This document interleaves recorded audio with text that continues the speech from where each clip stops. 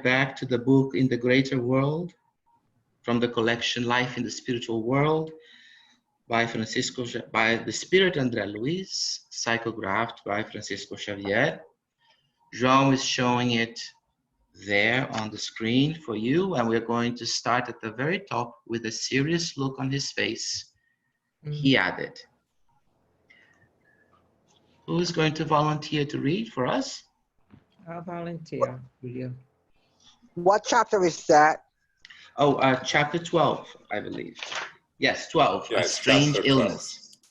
Okay. Okay, Julio. Start now? Yes, please. Okay. With a serious look on his face, he added, go beyond the variable effects. Analyze the mind and the sensorial realm. I launched my probe more deeply into the patient's innermost thoughts and tormenting images on the screen of his memory. Lost in thought, Fabrizio didn't realize what was happening around him in the outer world. I can't see that word that comes after somehow. You gotta move over the screen to your left. Move the screen over. Why you can see? Because it's covering the pictures are covering it. Let's see. What pictures? Yeah, the pictures that I see with you. The videos. Yes. The videos are covering, that's why. Okay. Okay, I'll read it from the book. It's okay, I'll read from the book. Lost in thought, Fabrizio didn't realize what was happening around him in the outer world. Arms motionless, eyes still, he remained distant from the surrounding eternal stimuli. Inside, however, his mind was like a blazing furnace. Thank you, Soraya. Okay. Let's stop here. It's been a while. Last time we saw this was in actually May, because we swapped days because of the symposium. You remember this? Yes. And let us just use this small part that you just read to discuss what we are looking at here. So the André Luiz and Brother Calderaro are actually visiting a patient, Fabrizio. So Fabrizio is in the physical world. He has a physical body, right? He's an incarnate being. And of course, André Luiz and Brother Calderaro are not. And there is also an old lady with this man who greets them very briefly and disappears from the scene. She's also from the spiritual realm. We are also going to see some of Fabrizio's relatives that are going to come in and out of the scene throughout this chapter. And what we see is a prostrated man, a man who's in bed, but is not physically ill. He does not have a broken leg. He does not have necessarily a cardiac or cardiovascular disease per se, but he's suffering from inanition. He's suffering from a situation that gives him not a torpor-like, he's not immobilized, he is immobilizing himself. In other words, he is suffering from schizophrenia. And we discussed this last time. And we also saw that there was a little bit of a difference between the Krish-Haber's disease, which looks like he has, right? But what we are going to see today is a situation in which his mind is actually racing despite his body, in spite of his body being completely restful or in bed and idle the whole time. His mind is racing in the sense of something is consuming his thoughts. And I think consuming is a very good word in this case, as we are going to see in more detail throughout the chapter. So this makes him or places him in a situation of complete dependence on these thoughts and a self-absorption. He cannot move out or away from these thoughts. And as a consequence, physically what we see is a prostrated man, is a prostrated individual, an individual who's lying idle and not doing any work or anything useful for himself or for others. Physically, he's breathing. His heart is beating, and if he eats something, he can digest it. So, technically speaking, his physiology seems okay, but this inanition, this torpor-like situation is what we are going to investigate. And this is a lot more psychological, even to this point now, psychiatric, than anything else. So just to remind you what this situation is about. So Fabrizio is a man of means. He's a man of a considerable amount of comfort. I would say he's probably rich from what we read throughout the chapter. We are going to see more, okay, today. He has a very comfortable lifestyle, but he is in a process of killing himself, not by putting a bullet in his head or by jumping out of a window, but actually by consuming himself with these thoughts. This very dramatic introspection, this pathological introspection, is what is leading him to his grave. And we are going to see in a bit why I said that he is, in a way, is a form of killing himself. It's a form of suicide in a way, much different than, as I said, someone who drinks or takes pills or puts a bullet through his or her head or jumps out of a window. Not as dramatic, let's put it this way, or drastic, actually, I should say, not as drastic, but in the case of Fabrizio, actually more dramatic, because it's taking a long time, and we are going to see what is the drama that is taking over all his thoughts. So Soraya, can you continue for us? Because this is just for us to remember what we are seeing here and what we are discussing. Okay. His hyper-excited imagination was concentrating on listening to the past. He was recalling the figure of a dying old man, listening to his last words in the physical body as he asked Fabrizio to take care of 3 youths who were also present in the scenery of his memories. The dying man must have been his father, and the boys his brothers. They were tearfully talking to each other.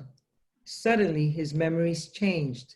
The old man and the youths seemed to be rebelling against him, accusing him. They sworn at him with uncharitable words. The patient listened to these inner voices, anxious and embittered.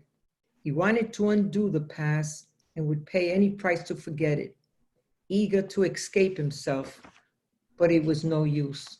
Always the same merciless memories lashing his conscience. I observed the damage to his organs from the intensive use of painkillers. This man must have been drooling with himself for many years. As I was examining the situation, an elderly lady came into the room and tried to call him back to reality. Come on, Fabrizio, aren't you going to eat anything today? The man rolled his eyes around the room. Mouth and unspoken negative answer remained as he was. The kindly woman insisted, but was unsuccessful at motivating him.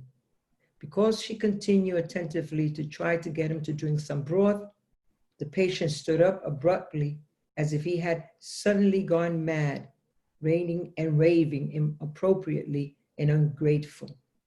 Red with rage, he spurned the offer, surprising me with his uncontrolled outburst.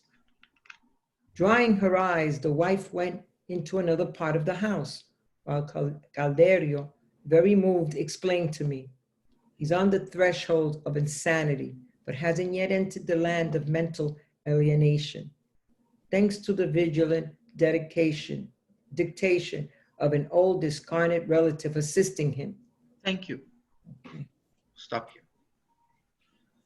Okay, so let us first look at the physicality and the history of this particular reincarnation process. So here's an individual who is prostrated, right? Mhm. And he's been thinking about something that happened in the days of yore. He had three brothers. So Fabricio had three brothers. And one of these memories that he's reliving right now is that at his father's deathbed, when we are giving to understand he was making a promise of taking care of his three brothers.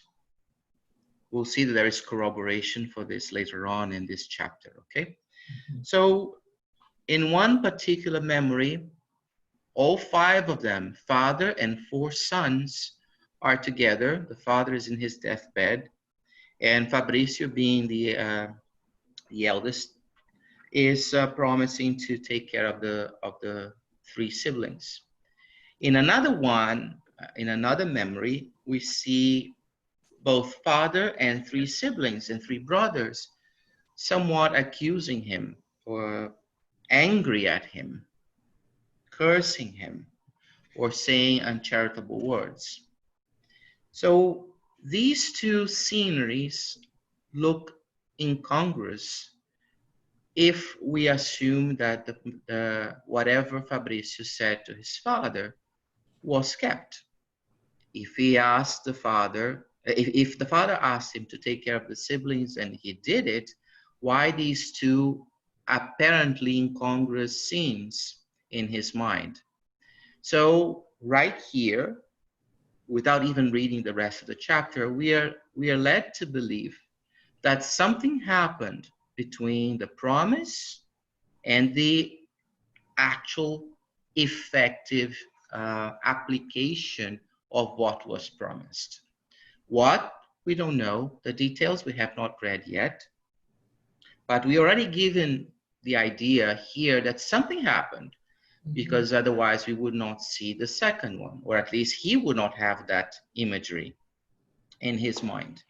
He has these two figments in his mind, one of tenderness, despite the hour of death of his progenitor, but filled with tenderness. The second one filled with uncharitable words. So these two figments are not necessarily agreeing with one another. So there something must have happened there.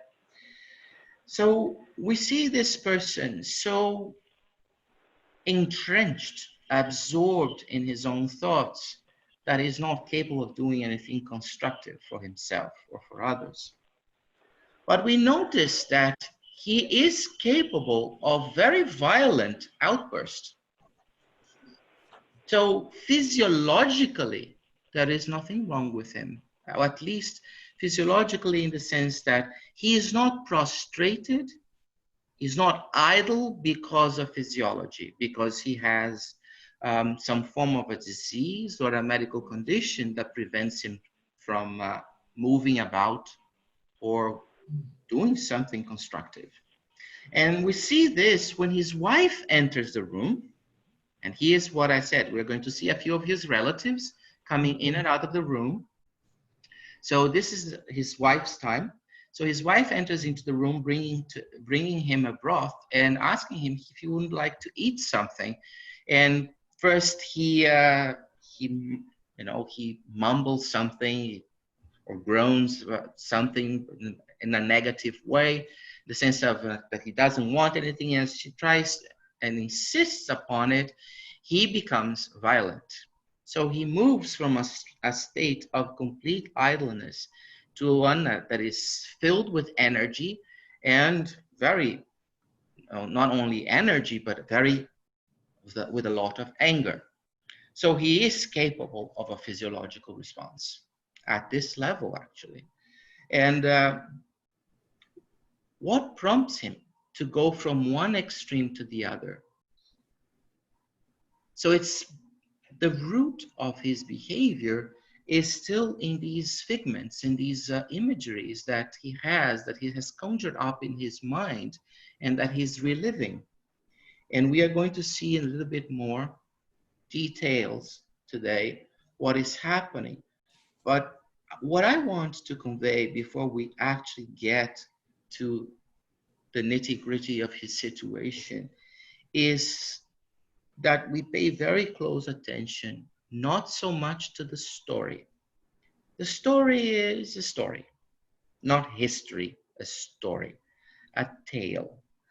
But it's important that we draw from it parallels to our own lives. We have all been in Fabricius' situation, and we probably still are in Fabricius' situation, and will continue to be in his situation for a while.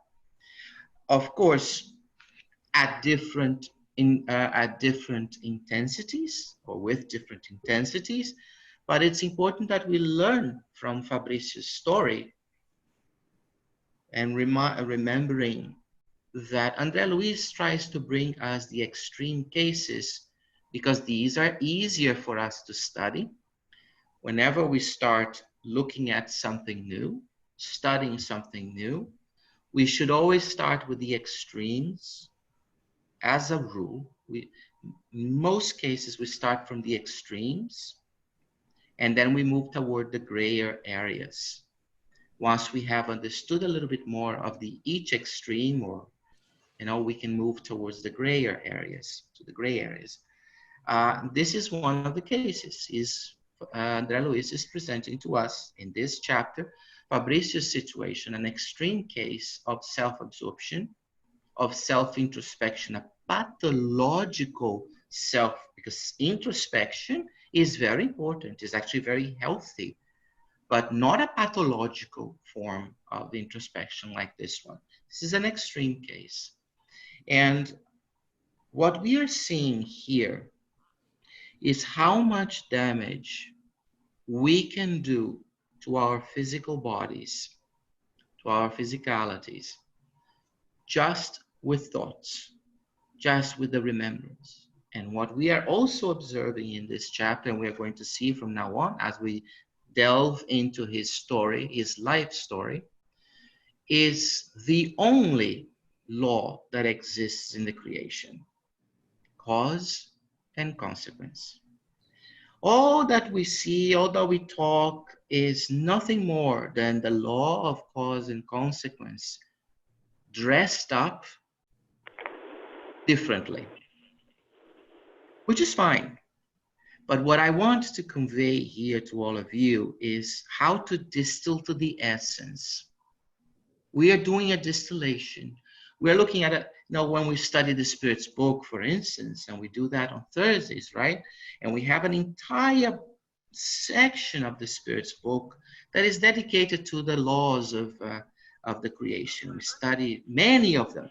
But in essence, if we take all of that and we distill it to the very core, what we see is cause and consequence, nothing more.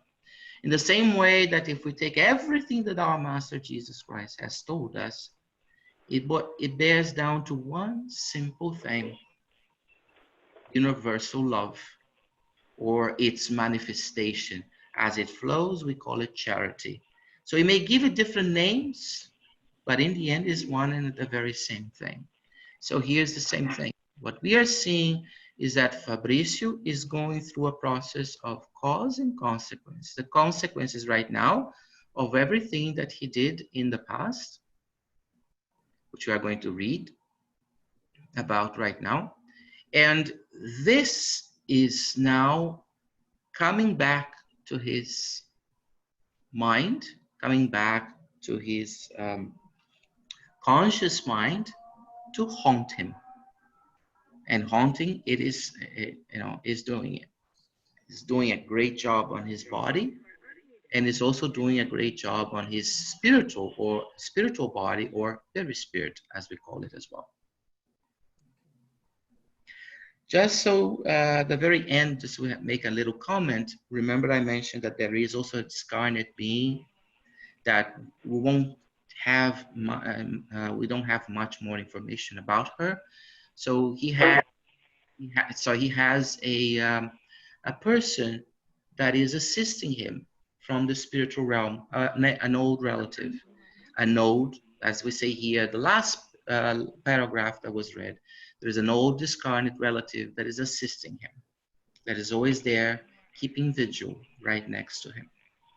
So you can see that no matter how badly we may believe ourselves to have misbehaved, there is always assistance. There is always someone who loves us.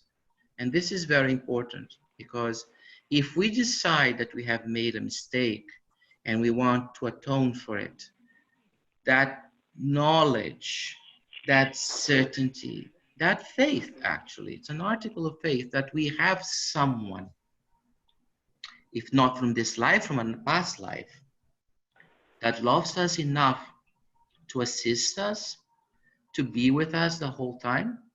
That knowledge itself should be a source of comfort, first and foremost, and also of strength for us to be able to do whatever is needed of us to atone for whatever we have done that was not constructive.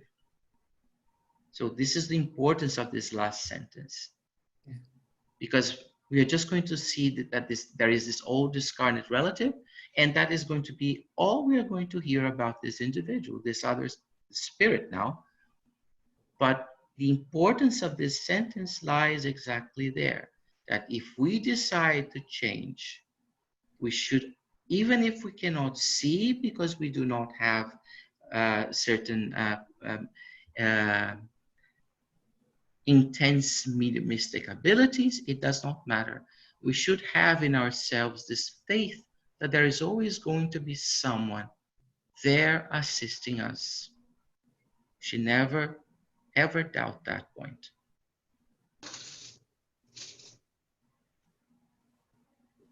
Are there any questions?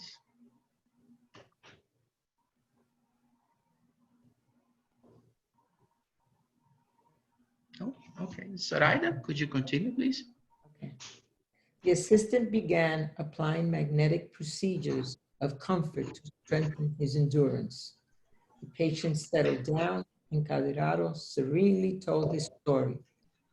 Our sick brother had the misfortune of unduly seizing a large inheritance after promising his dying father that he would look after his younger brothers, who were watching the exchange between them at the time.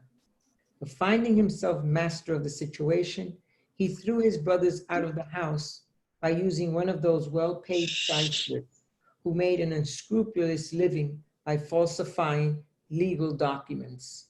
No matter how strong and convincing his brothers' justifiably complaints, no matter how moving their appeals to his fraternal protection, Fabricio turned a deaf ear, and they were forced into extreme poverty and difficulties of all sorts. Two of them died on cots in a hospital for the indigent, overcome by tuberculosis due to excessive work on night shifts. The third, regulated to utter abandonment and not yet 30 years of age, discarnate in a great disgraceful state of misfortune, suffering from a severe vitamin deficiency caused by undernourishment. Our wrenched friend managed to do all of this while escaping earthly justice. However, he was unable to eliminate the traces of his evil deeds from the hidden corners of his conscience. The memory of this crime remains in his mental organization and becomes live. Hot coals, whenever fanned by his remembrances, like embers on a blackened landscape after a devastating fire.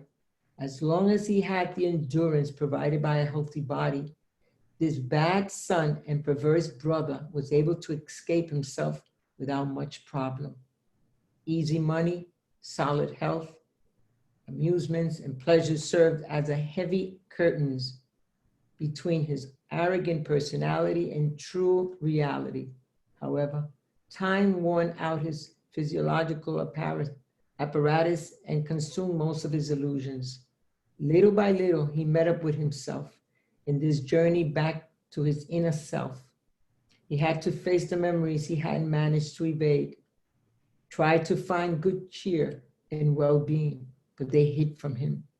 It was impossible to focus on himself without hearing his father and brothers accusing him and reproaching his villainy. His tormented mind was unable to find a consoling refuge. If he remembered the past, it demanded reparation. If he tried to remain in the present, he found himself unable to acquire the peace of mind to work steadily. And whenever he tried to lift himself to higher rims and pray to the Most High, even then he was surprised by dolorous warnings urging him to right his wrongs. In this spiritual state, he belatedly became interested in the faith of his brothers. The information he received did not allow for immediate restitution. They all had departed the earth, preceding him on the great journey to the beyond. Realizing there was no quick fix for his torturous destiny, from that time onward, he lost his noble ambitions and healthy ideals. Hope was no longer a consideration. Instead of comforting him, his material advantages now infused him with dreadful boredom and unspeakable disgust. He was chained to the machine of financial responsibilities that he had created without the spirit of possessing wealth in order to spread it on the name of the universal good. And as a highly respectable businessman, he was unable to avoid the impositions of social life until he collapsed in supreme turmoil. Accused by his own conscience, he began seeing persecutors everywhere, which led to dreadful phobias. For him, every plate is poison. He distrusts nearly all his family members and cannot tolerate all relationships. The excess of material resources made him skeptical of sincere friendship, gave him notions of privilege he never deserved, emphasized destructive independence, and extinguished the blessed light of the verb to serve in his heart. As we can see, his situation is completely unfavorable for recovery, imposed by the ignoble desires he has always nurtured. His condition is one of empathy and barrenness. Thank you. Okay. So there you have it. Now, if we pull the poetic aside and we distill it to a nutshell, he promised his father to whatever was needed to take care of the brothers in exchange for the fortune, for the financial gains. And when he was in possession of it, he led the three brothers to become destitute. He basically just got rid of them, financially speaking. But he did it in such a way, he was so successful at this, that the three brothers ended up discarnating, going back to the spiritual realm, in one in particular case, even before reaching 30 years of age. All in conditions of poverty or by a disease, caught also by the conditions of poverty and difficulties and vicissitudes that he created, because he had the means to actually eradicate those situations or not even let them be there in the first place. So here you have an ungrateful son, actually a liar of a son and an ungrateful brother, because he did not share that which he got with a solemn promise to take care, to use it for the good of the family. So we see now that eventually came to his senses. But let's go back a little bit before we get to his senses, and let us try to understand a little bit what happens to all of us. One of the things that lead us usually to say that we learn more here than in the spiritual realm, for instance, or another thing that we say that it's a lot harder for us to hide from ourselves in the spiritual realm. It's one thing. Here we have distractions. The very same distractions that allow us, if we are successful, to learn more here, or more in a more pronounced way, but also the same distractions when we are not successful, when we give in to them, these same distractions act as a psychological barrier. In other words, it's a lot easier for us to lie to ourselves while we are here in the spiritual, in the physical realm, because we have though the pleasures of the physicality.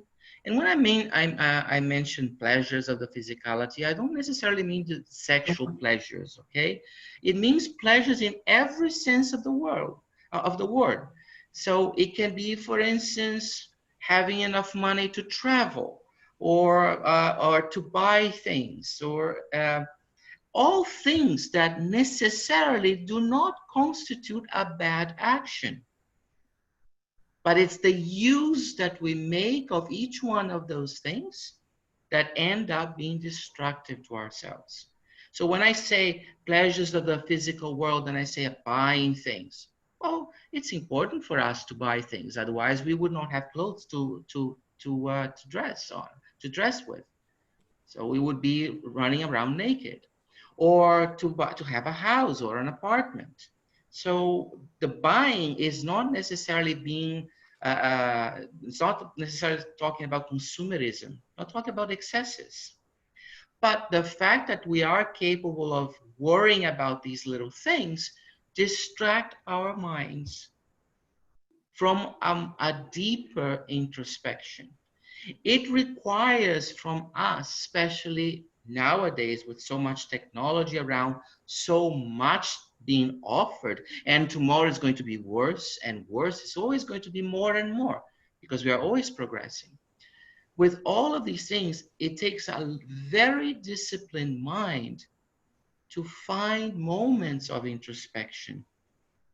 Those moments that we sometimes hear about, for instance, people saying, well, we should do like St. Augustine, whenever he would go to bed, he would think about what he had done during the day.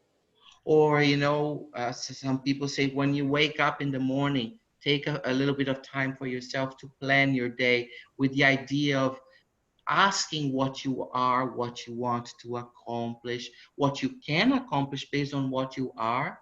Because sometimes we have dreams of things we want to accomplish, but they are way beyond what we are at the moment, what we are capable at the moment. So we have all of these moments of introspections that are being suggested to us. And the question is, do we take them? Do we exercise them? Very rarely. It takes a very disciplined mind. And this is because we are surrounded by distractions that we created. Let us not blame the physical realm. We created these distractions. So we are the perpetrators of the crime. So as he took away the money and let the brothers literally go to their graves, through the route of poverty, the route of excess work, and so on and so forth, this individual had a very comfortable period of time where the distractions of the physical realm, of the physical world, allowed him to occupy his mind so much that he never gave it a second, never gave that problem a second. But he knew what he had done. He went after and he hired a shyster, not a lawyer, a shyster. It's very clear. And by the way, the word here is perfect, because in Portuguese is also a very bad word. It's a very derogatory word for a lawyer. You will only call a lawyer that word if you wanted to imply dishonesty at the highest level. So he hired that person. So everything that he did, André Luis is making it very clear to us that everything that he did was intentional, was premeditated. He did not have an action that led the brothers to misery and penury, because he was unsuccessful. No, he planned it. He planned and executed that plan. And while all the distractions of the physical realm were enough for him, he never gave it a second thought. And how many times we deceive ourselves in the same way? We allow things from our daily lives, whether it's our routine, whether it's excessive work or excessive pleasures or excessive indulgence of this, that, and the other. How many times we allow all of these things to preclude us, to prevent us from a deeper introspection, and not being able to have that introspection, we are not able then to evaluate ourselves in a deep way, in a significant way. Without evaluating ourselves, without self-evaluation, someone has already said this, a life without self-evaluation is not a life worth living. So we end up wasting our time. Well, here we're seeing how this time is wasted. He was very busy. Actually, as he was moving up the social ladder, he occupied himself with everything that the physical realm had to offer until he got to a position of comfort. And then that thought that had been repressed, pushed all the way into his subconscious by all the distractions. Now, as the distractions began to wane, not the distractions themselves, but his ability to follow those distractions. Because as we start aging, a lot of the distractions the earthly plane has to offer become more and more difficult for us to follow. So it's not the distractions per se that wane, is our ability to follow them. So as age caught up with him, all that energy that he was putting to repress those memories began to wane as well. And eventually, they were not strong enough to push all of those images that he had into his subconscious, and then they came back with a vengeance into his conscious mind. And that's when he looks for his brothers, but it's too late. They are dead.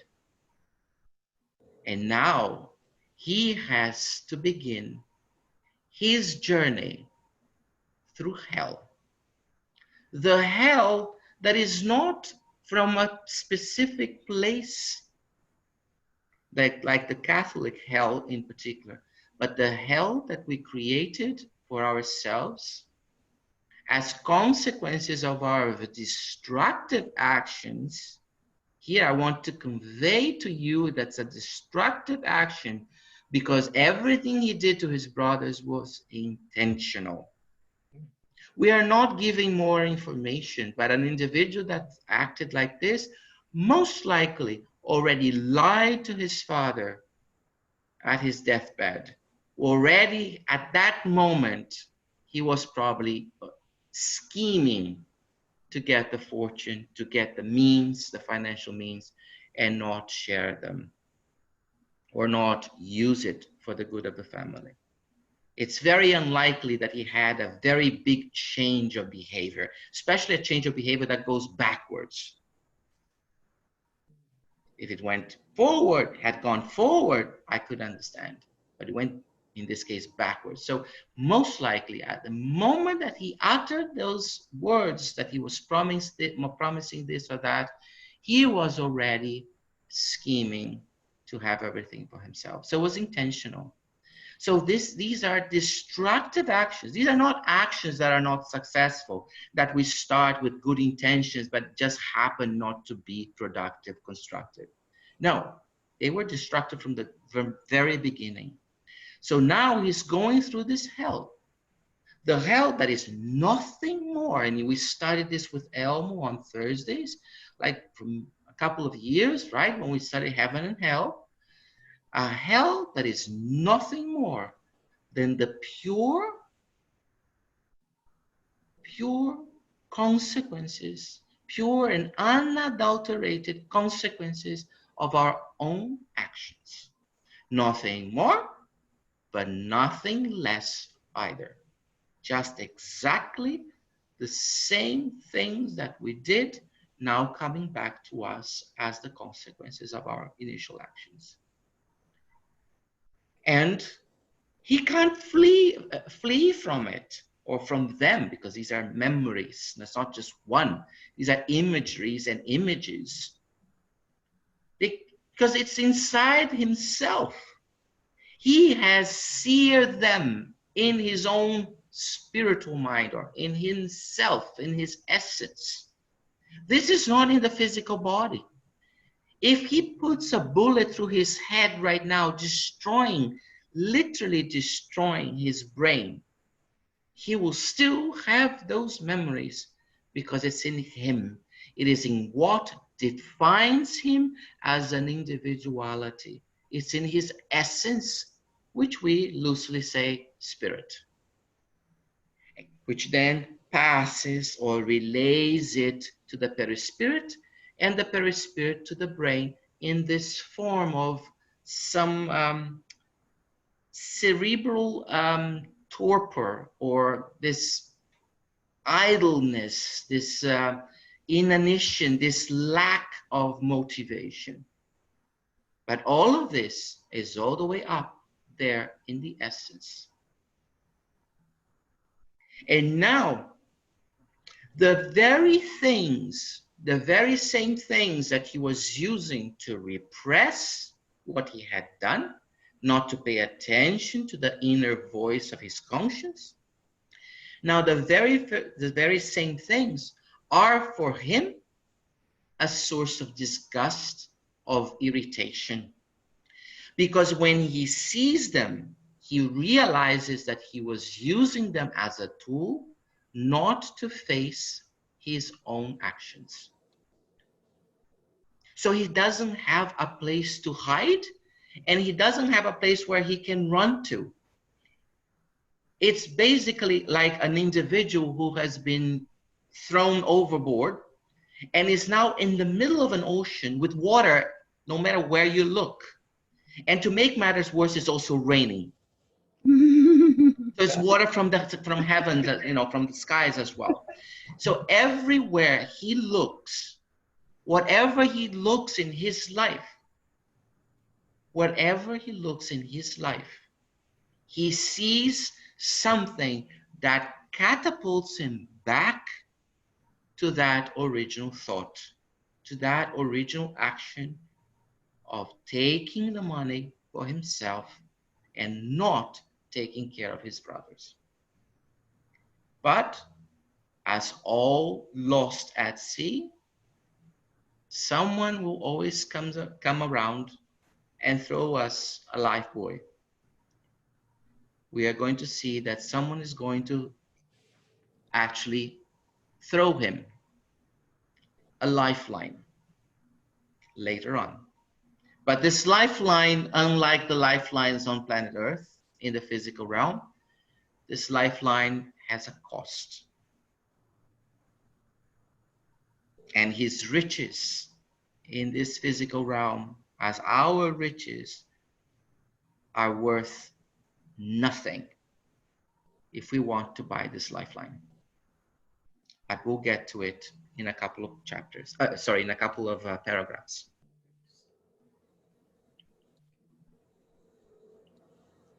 Any questions? Yeah, I have a question. Go ahead, Renato. So I don't know if you mentioned before, but since you open saying that everything boils down to action reaction, no, cause and consequence, I don't remember the way you put it. So action and reaction is another way of saying it. That's okay. That's fine. Okay.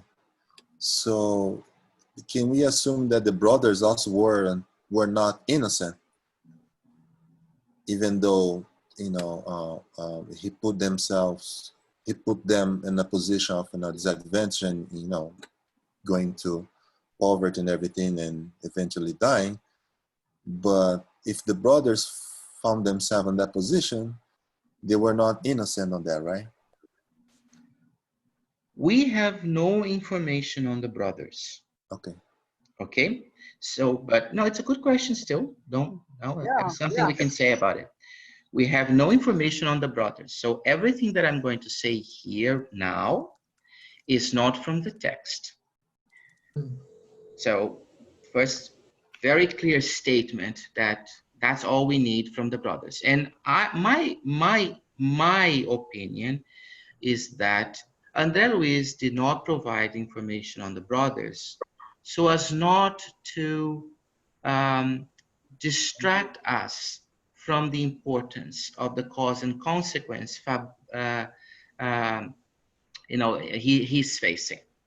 Okay, so if we had gone, into a lot of details about Fabricio's brothers, then we'll probably start taking sides or looking at the situation from a different. And André Luiz wanted to convey to us a very simple message. That's all. So that is my opinion. That's, I think, why I believe André Luiz did not give us any information. Now, let us say, I have yes? a question. May I? Let me just finish this first. Let us just say for 1 second that let us take the a lawyer's side here and say that, well, the truth is always partial because it's the way we see reality, so we have different ways of looking at things.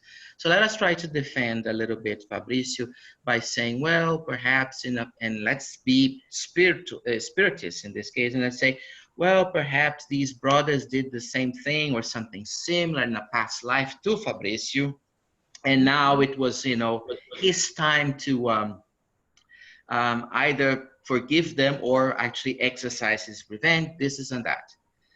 All of this is very interesting, and I think it's important that we consider it, but let us always remember one thing, that our master was very clear when he stated, didn't just say it, he stated it. And he not only stated it, he stated it stately, royally, that we should never pay an offense with another. If we are at a level where we cannot pay an offense, we cannot if we are going to reciprocate, we already lost the battle. But if we are going to pay an offense, we cannot pay an offense with kindness. Let us at least remove ourselves from the situation, but not be the source of more disagreement or the source of an evil action or an evil reaction or so on and so forth. Okay, so let us assume the worst. This is all make-believe, okay? It's not in the book, I repeat. Let us imagine that in a past life, the three brothers were Fabricio's partners in a firm, and that these three partners schemed against him and led him to absolute penury, to become completely destitute, in such a way that he died and his family died, or worse, the family was left also to find ways to fend for themselves, as we have seen in other books, right? And let us say that this was the case, which he should not, according to the statements from our Master, Jesus Christ, he should not take the path of revenge. So even if he had been the victim, it would not actually exempt him in this life from the consequences of these actions. This is very important. So was it Paco? Was it you who asked the question? Renato, by the way, I had that same question, question. So thank you for sharing that. But, another thing that I'm thinking about, that have been a thought implanted on him by another spirit? The fact that, I'm going to cheat on my brothers and I'm going to have to take all the money. Could that have been a thought that wasn't really his, but planted by another spirit? So let us, a very good point. Let us look at this very carefully, because it's a wonderful question, but the answer can be quite dangerous depending on how we go about it. The spirits do have an influence on us. Exactly. That's and right, according to the Spirit's book, they also stated very clearly that the amount, the extent of these influences and the intensity of each influence separately is a lot more than we give them credit for. In other words, we are constantly being influenced by the spirits, and not only that, very much so in some cases, not as much in other cases, but you get what I want to convey here, I hope. So it's important that we understand that the spirits were speaking of influences, not necessarily of negative ones. So in the same way that we are influenced badly by spirits, negatively by spirits, we are also influenced very positively by spirits. Whenever we get together here, now remotely, but we are still of one mind to study the doctrine.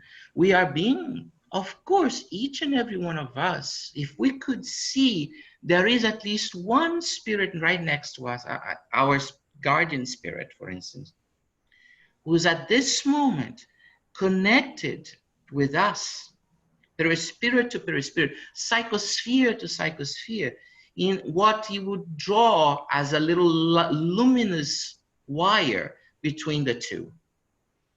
You would draw it like imagine a luminous wire going from the frontal portion of our perispirit to the frontal portion of the perispirit of our guardian spirit. So we are being, of course, influenced positively in this case, because our intention is positive, it's constructive, especially now that we are at home, right? So if we are logging in, it's because we really want to learn something, or at least we want to listen to something, because sometimes it's possible that we are so sad or so tense with other things, we can't learn anything at that moment. But the fact that we are listening to good ideas, we just want to listen. So it's more of a consolation and an education. It doesn't really matter. One way or another is a positive intention. And having said this now, if there is a positive intention, we are now attracting, and be careful with the word, attracting the constructive spirits. Notice that I did not say necessarily high order, constructive, those who think like us, So right now, I am attracting those who think like me, who want also to learn this and to convey it to other individuals, because not right now I'm speaking, to convey it the best way that I can. So I am attracting to myself the spirits that are vibrating at the same level, so to speak, that are sharing my intentions. And the reason why I'm saying this, now I'm going to answer your question, Paco, is that it's our original intention that brings to us the influences we receive. The spirits have their free will, they are building their free will.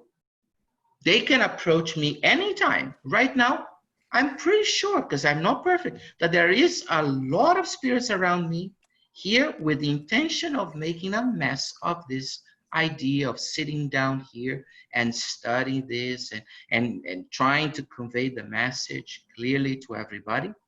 But right now, I am not giving them the opportunity because I do not have that intention. So yes, the short answer, yes, we can be influenced. He could have been influenced to take that action, but not if it was not in his mind to begin with. Got it. It came from him. He may have had help. Like he needed the help of a shyster. Exactly. He went after the shyster. So the If he rain wanted, he would have gone after, if he wanted to do something honest, constructive, he would have gone after a lawyer. Oh, let me put into paper that, for instance, I am so I'm holding the money because I'm the oldest and I'm the one who's more prepared to make decisions. But if something should happen to me that I want is divided into 3 parts, one third each to my brothers. No, he did not have that. So he went for a shyster. So he had the intention to begin with. And then, of course, with that, he definitely attracted the influence of spirits who did not have anything constructive in their minds as well. Thank you. Quite well. Well, yes. Hey, Julia. Yes.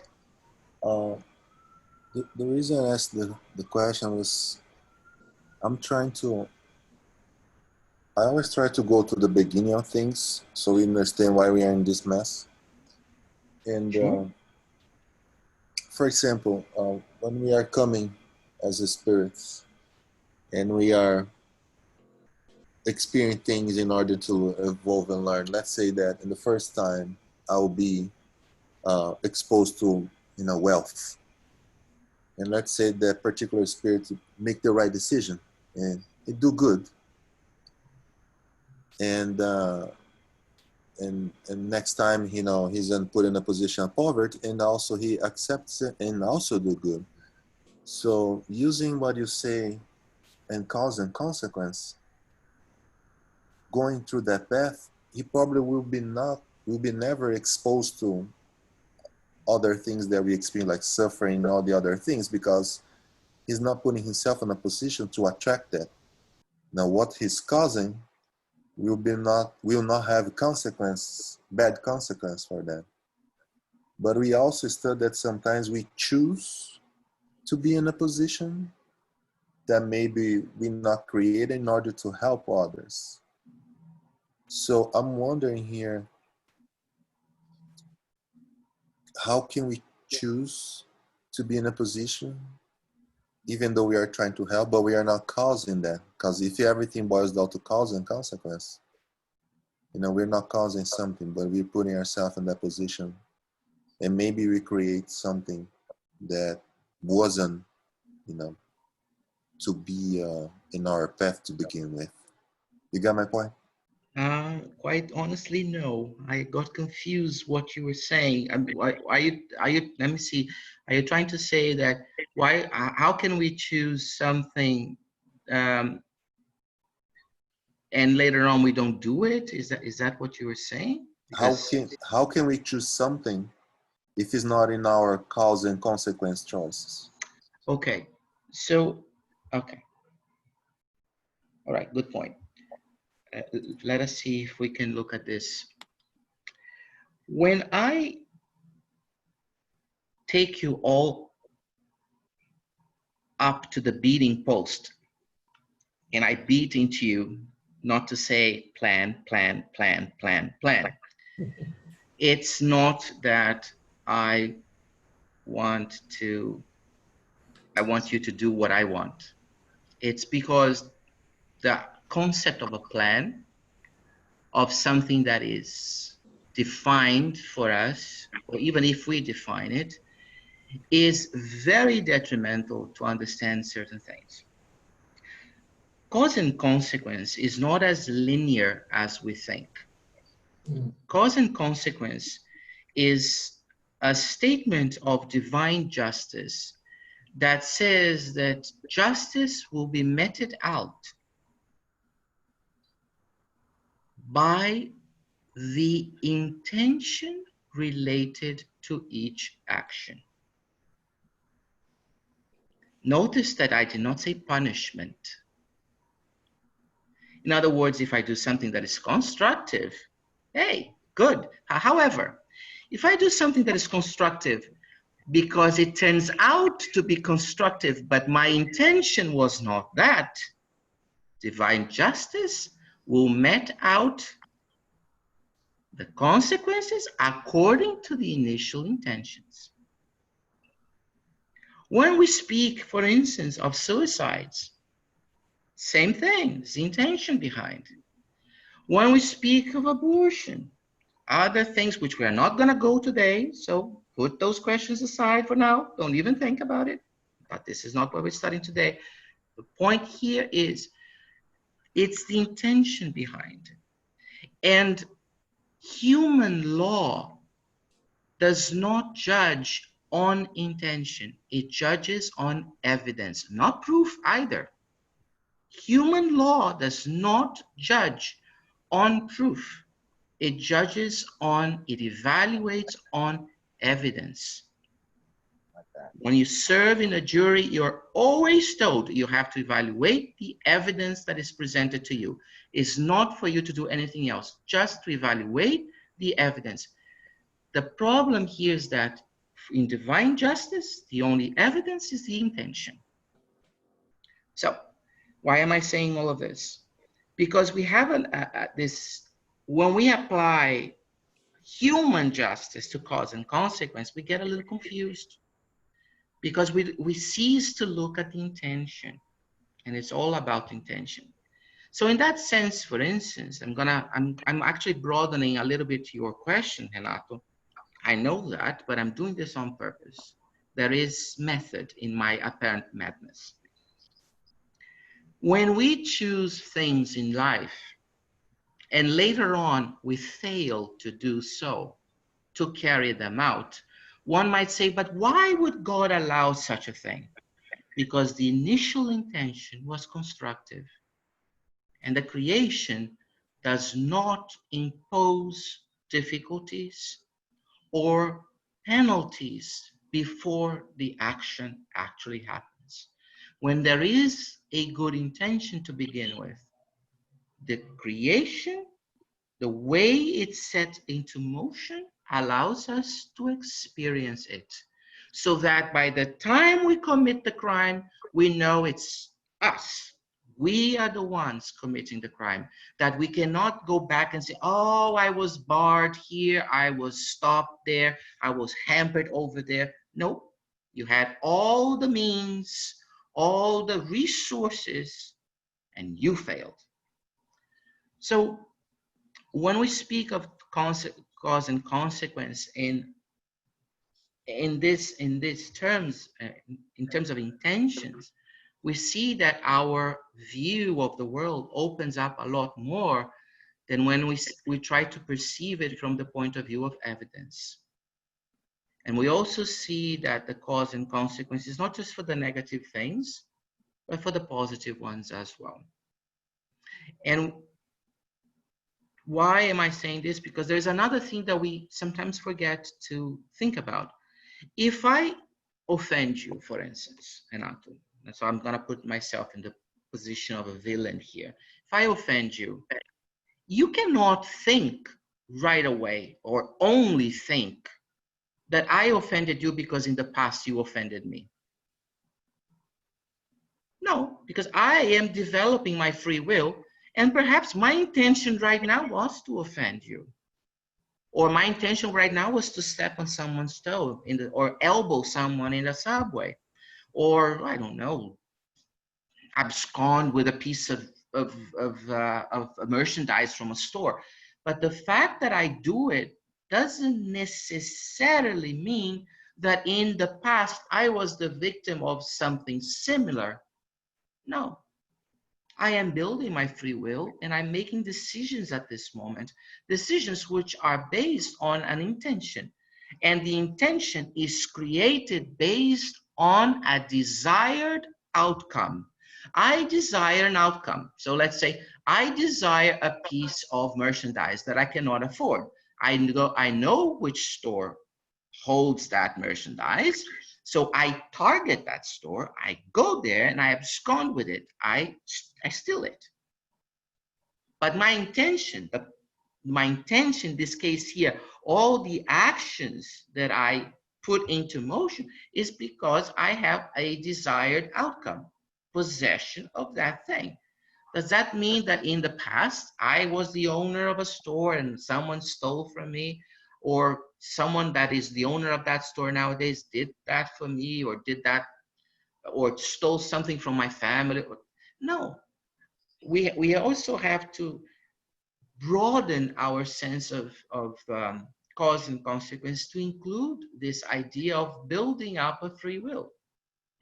So to look at every action, especially the bad ones that happen to us in our lives, or actions that we read, like this one from Fabrizio, and think that it necessarily came from a past situation is one hypothesis, but not a whole set of them.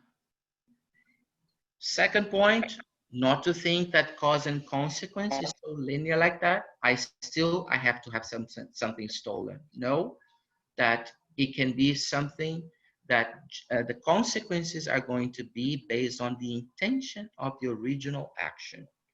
That is how divine justice is meted out, is distributed, is applied. And divine justice does not punish or penalize. Divine justice simply let things run their natural course. That is the huge difference.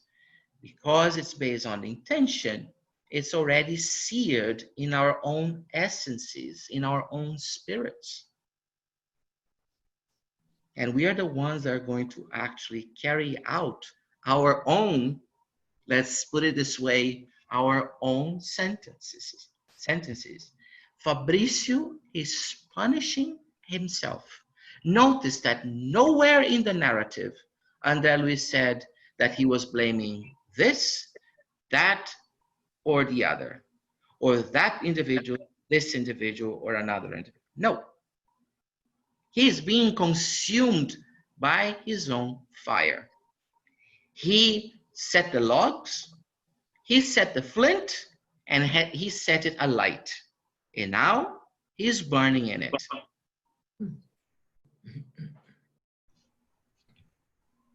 Okay, so you're saying, I like your example of you offending me. Mm-hmm. But so you have, for example, I understand you have the latitude to exercise your free will in your part of the offense. But in the other hand, me as a receiver, let's say them also not deserving of that, you know. But in order for you to have that latitude to exercise your free will, someone has to be the recipient. And if the recipient also, let's say, don't deserve that, so you're trying to say that the recipient, in this case, the recipient also is willing to learn from that offense, even though it doesn't deserve, in order to experience and learn from? Is that what you say? I'm going to tell you this. There are no high order spirits without low order spirits. Because for you to learn to be patient, you need to count until 1,000,000 when someone steps on your toes. When someone elbows you in the subway. When someone says something with negative words or uncharitable words to you. So in essence, for us to build our plenitude, being good requires someone testing us. I think that answers what you've been asking. Okay, so if I offend you, you may have not done anything at all to deserve it, but it's a way for you to progress. If you take it the right way, the constructive way. Shouldn't say right way. It's not right or wrong, good or bad, constructive. If you take that offense and inside of you, you do not harbor any idea of vengeance, any idea of retaliation, of reciprocation, you have been tested and you have passed.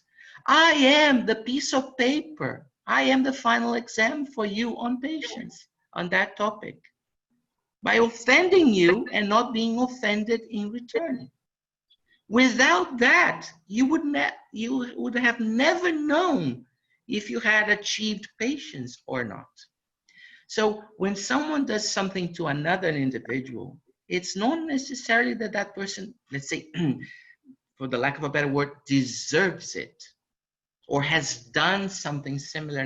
No, as I said before, it's an exercise of that individual's free will, because in building free will, you have to exercise it. In exercising it, you are bound to make actions or take actions, sorry, that are not going to be constructive. Now, what you do about these things, because it's not a question of making a mistake, of erring, it's what we do with the error. If I make the error and I say to myself, I don't have enough time, like we say nowadays, right? Today is the best sentence. I don't have the time. So then if I wash my hands in the modern, as a modern conscious pilot, if I wash my hands, well, then I am being destructive to myself. But that does not mean that the recipient of that action, whether it's an individual or even a thing, has done anything to deserve it. But the only way that that individual, a thing will not grow from it because it has no sentience. But the only way that an individual, okay, an entity with sentience can grow is if that sentience is tested. And the only way to be tested is to be subjected to the action itself. Got it. Thank you. Remember the trial part of Trials and Atonements Anatomy. Yeah, because you know, it was very, very well explained in the, because you know, when I was looking too linear on the cause and consequence, and I was thinking while Julie was explaining that, how am I going to be good if I wasn't exposed to bad? There's no way to know. It's an easy path. It's like when you protect your child, don't let them go through the experience without them, you know, whatever. So yeah, I need to study a little bit more on cause and consequence, because I was too linear, and I need to broaden a little bit more to grasp this concept that, you know, is very deep. But thank you both for answers.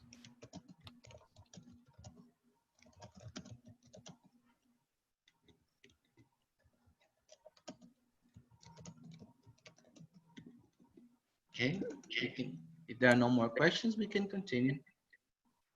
Okay.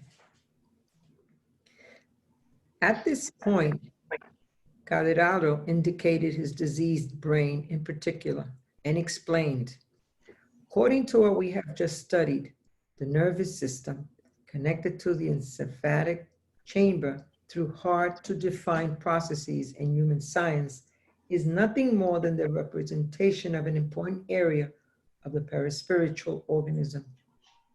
Experiencing insisting remorse and afflictive preoccupations, Fabricio bankrupt mind has poisoned these vital centers with the incessant emission of corrupting energies.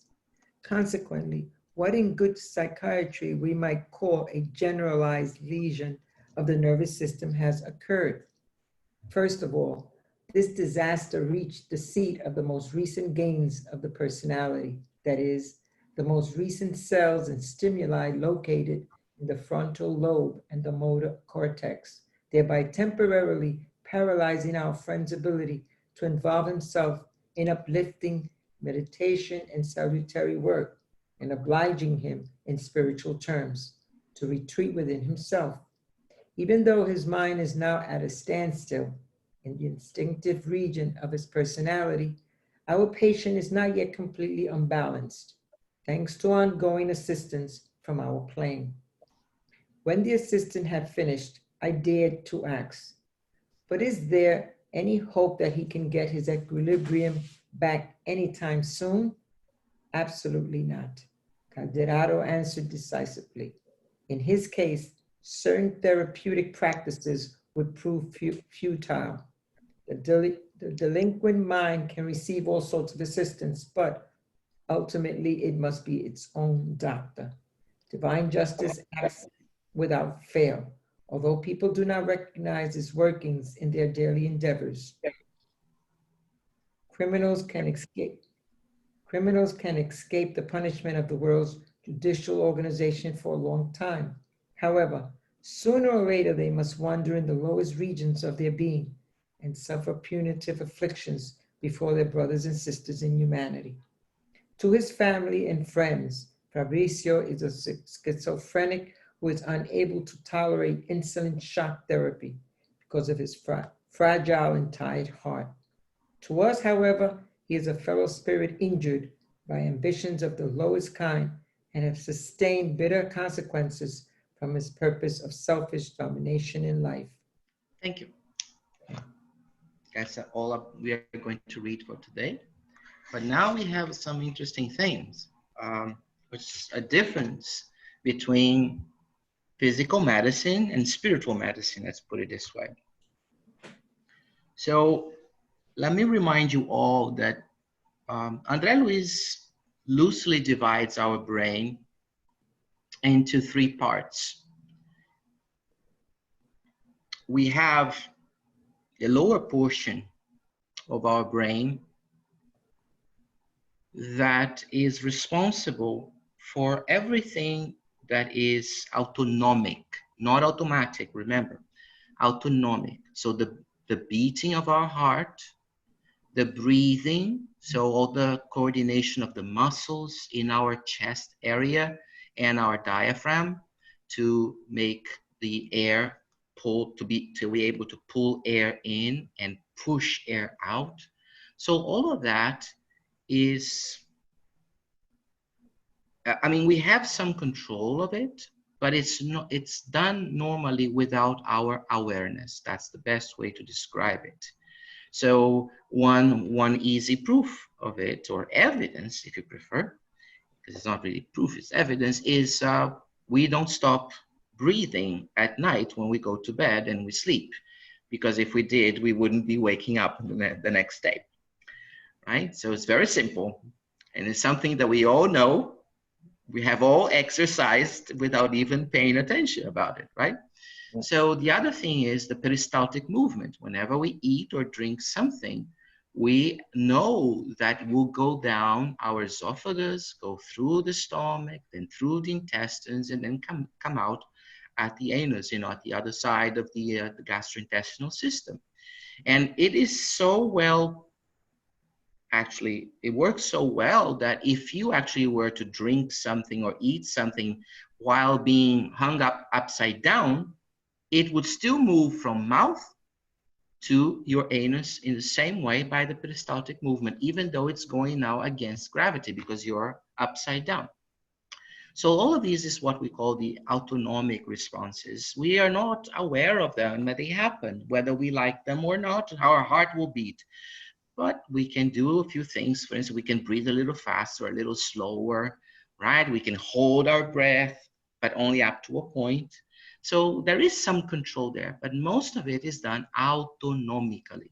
So that's the lowest part of our brain. Then we have towards the middle portion of our brain, where we have some individuals call the reptilian brain, because it's the part that was developed when we were in the associated to the reptilian stage. And there is where we have a lot of our instinctive actions. So our instincts are built into that as well. So instinct and autonomic responses are two different things, by the way, but they're too complex for us to go into it right now.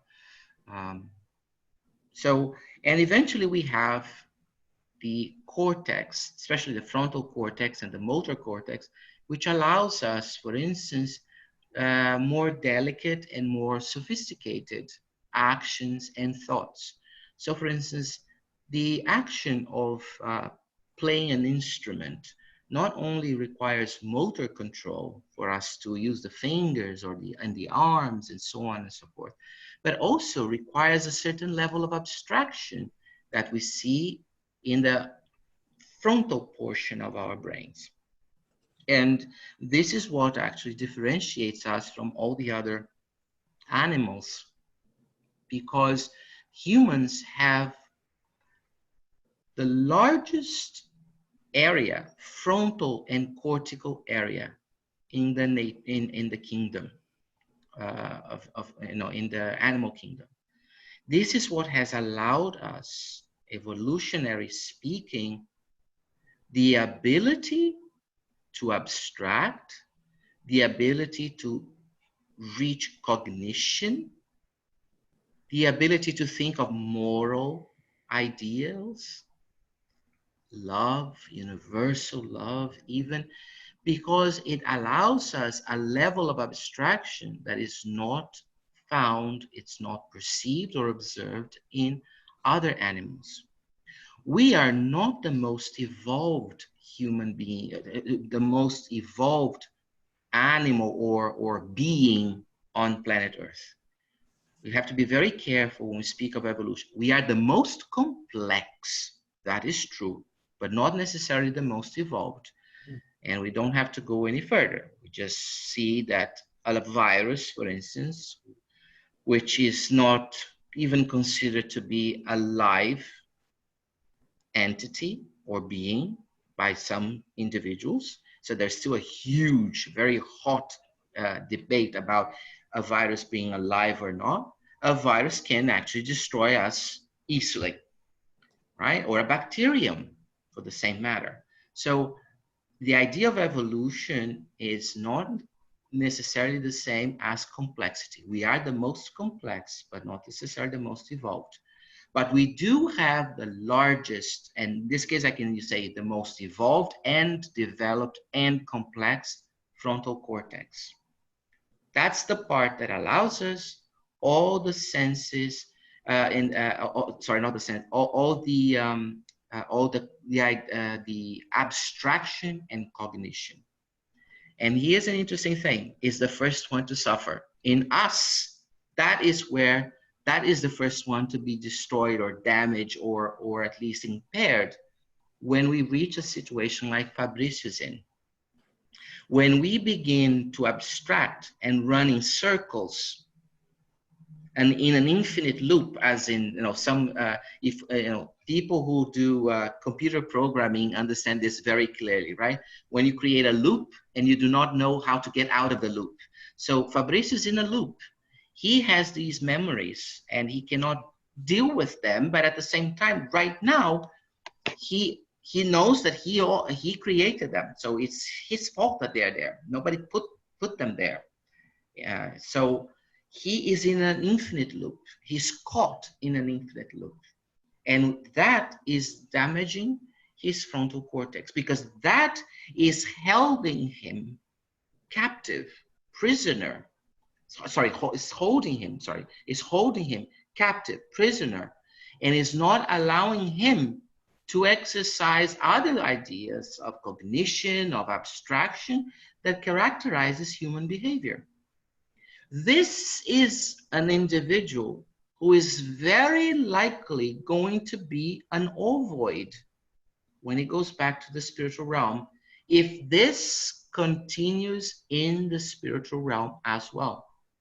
If he does not open up to help, to external help, if he adds to it a dose of irascibility, of stubbornness, he will most likely become an ovoid, because these messages are actually, or these images are actually locking him in one situation. And we call this an ovoid when a spirit gets an idea so ingrained that it takes up all the thinking pattern of that spirit, that the spirit ceases to hold on a form for its perispirit.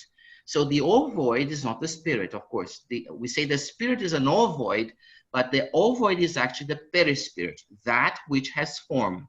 So the perispirit in this case is so consumed by a mono idea, so fixated with it, that it forgets to hold its past or its past human form, and it loses shape. It gets the shape of an ovoid. That's how we address these forms of spirit. So Fabrizio is damaging his physical brain as well with this process. He's not discarnated yet. So right now, he still has the physical brain, and the physical brain is being damaged by this fixation, this constant return to the same topics. Because with that, he becomes apathetic. He is not eating properly. He's not working. He's not moving about. So in essence, in very loose terms, he's not exercising. And we know that our bodies require exercise. Even if the exercise is just doing the things we do, like standing up and moving around in our apartments and houses, right? Or going to get some groceries, we need this movement. He's not doing anything. So he's hurting himself, and he's hurting his brain from the frontal part, the cognition part, all the way towards the lower portion of the brain. By the time he gets to the lower portion of the brain, if he gets to that level, and some individuals do, that is when they actually commit a form of suicide. It's a form of suicide. Like I said, it's different than blowing your brains to smithereens, but you destroy your brain in this process. And by the time you get to the autonomic region of your brain, you may actually have a respiratory arrest or a cardiac arrest. In other words, your lungs will stop working, or your heart will stop working, and so on and so forth. Okay? So he is an individual going towards his grave by his own actions. Then and now. Then and now. Then when he started this and set to motion the consequences, the reactions.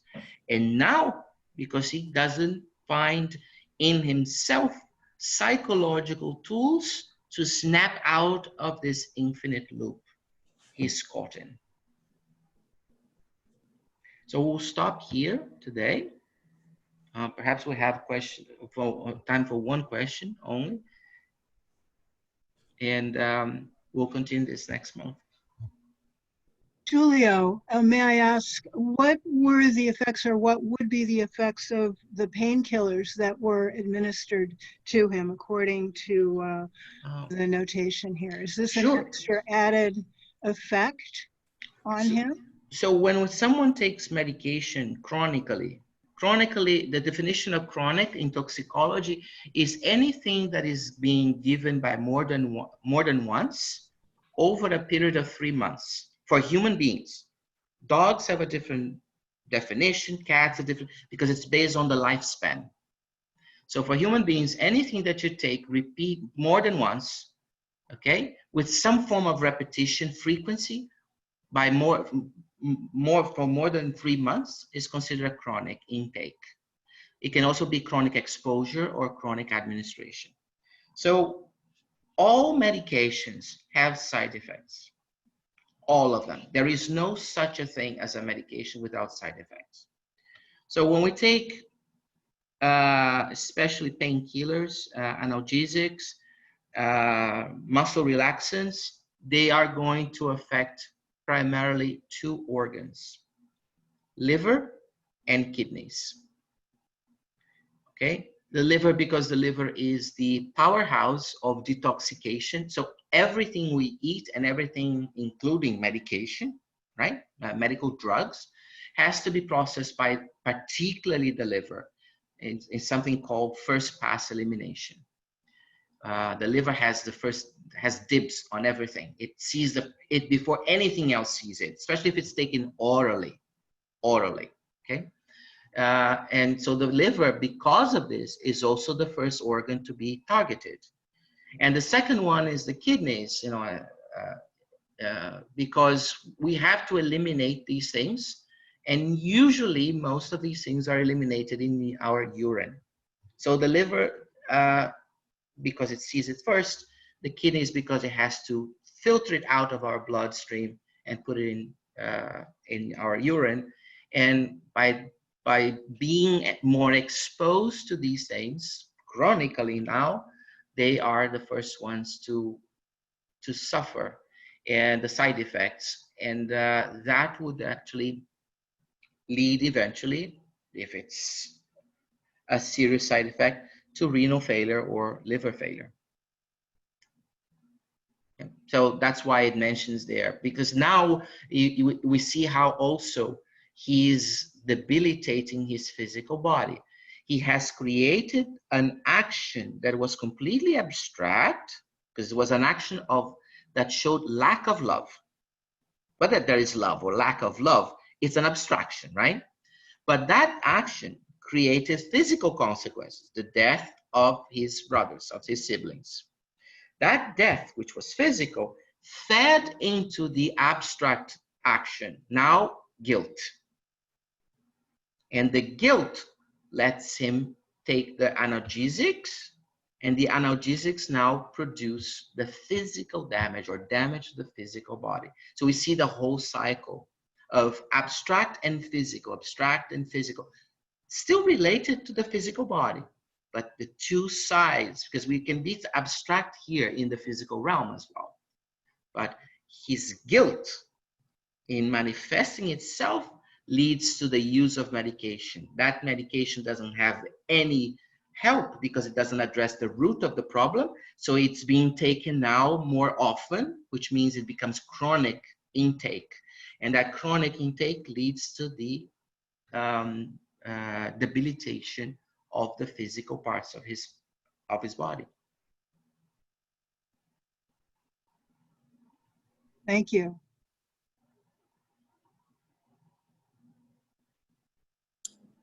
Okay, we stop here. Thank you all.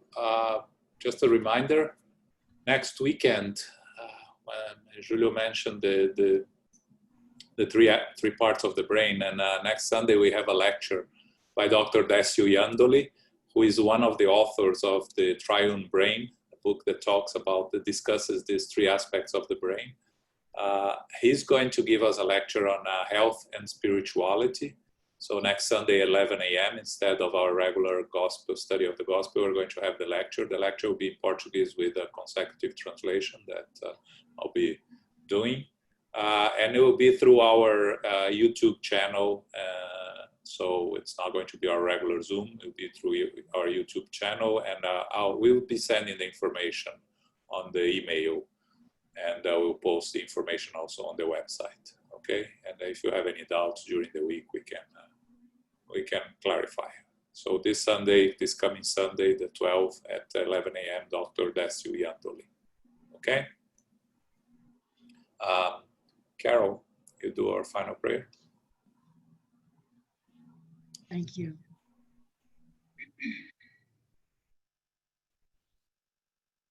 Infinite Creator and Supreme Intelligence and the good spirits, we give thanks for the opportunity today to be together for our studies of in the greater world.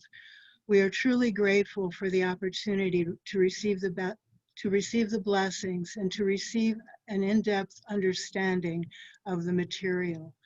We are grateful to our spiritual benefactors, our guardian angels, and our helpers who are with us, providing the opportunity to do a greater service to humanity through our works, through our good deeds, and through the goodness of doing the right thing through our intent. What is our intention in everyday life? Can we take stock of it? Can we revise something that we know that went awry?